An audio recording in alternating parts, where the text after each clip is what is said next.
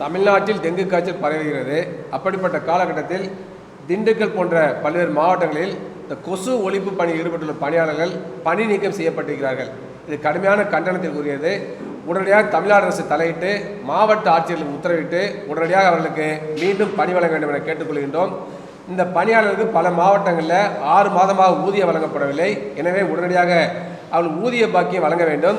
இவர்களுக்கு குறைந்தபட்ச ஊதியம் கூட வழங்கப்படவில்லை. எனவே தமிழ்நாடு அரசு 2017ஆம் ஆண்டு வெளியிட்ட அரசாணை அடிப்படையில் இந்த கொசு ஒழிப்பு பணியாளர்களுக்கு அனைத்து மாநகராட்சி, பேரூராட்சி, உள்ளாட்சி அமைப்புகளிலும் குறைந்தபட்ச ஊதியத்தை வழங்க வேண்டும் என கேட்டுக்கொள்கின்றோம். பணி நீக்க உத்தரவு அனைத்தையும் ரத்து செய்ய வேண்டும். அவர்களை பணி நீக்கம் செய்யக்கூடாது. ஆண்டு முழுவதும் வேலை வழங்க வேண்டும். அதே போலவே இவர்களுக்கு பணி நிரந்தரம் வழங்க வேண்டும் என நாங்கள் வலியுறுத்தி கேட்டுக்கொள்கின்றோம்.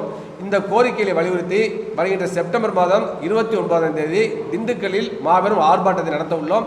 அதைத் தொடர்ந்து ஈரோடு மாவட்டத்திலும் ஆர்ப்பாட்டத்தை நடத்த உள்ளோம். எனவே இந்த நியாயமான கோரிக்கைகளை ஒன்றிய அரசு, தமிழ்நாடு அரசு ஏற்க வேண்டும். அதே போலவே இந்த உள்ளாட்சி அமைப்பில் இருக்கக்கூடிய இந்த பணியாளர்களை உடனடியாக மருத்துவத்துறையின் கீழ் கொண்டு வர வேண்டும். நேரடியாக மருத்துவத்துறையின் கீழ் அவர்களுக்கு ஊதியம் வழங்க வேண்டும் என கேட்டுக்கொள்கின்றோம். இந்த பணியாளர்களுக்கு மருத்துவத்துறை சாராத வீட்டு வேலை போன்றவற்றை வழங்குவதை உடனடியாக கைவிட வேண்டும் என வலியுறுத்துகின்றோம்.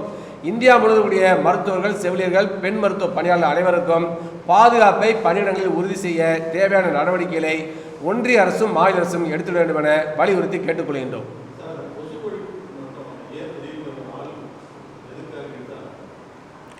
பல இடங்களில் ஊழல் முறைகள் அதிகரித்திருக்கிறது.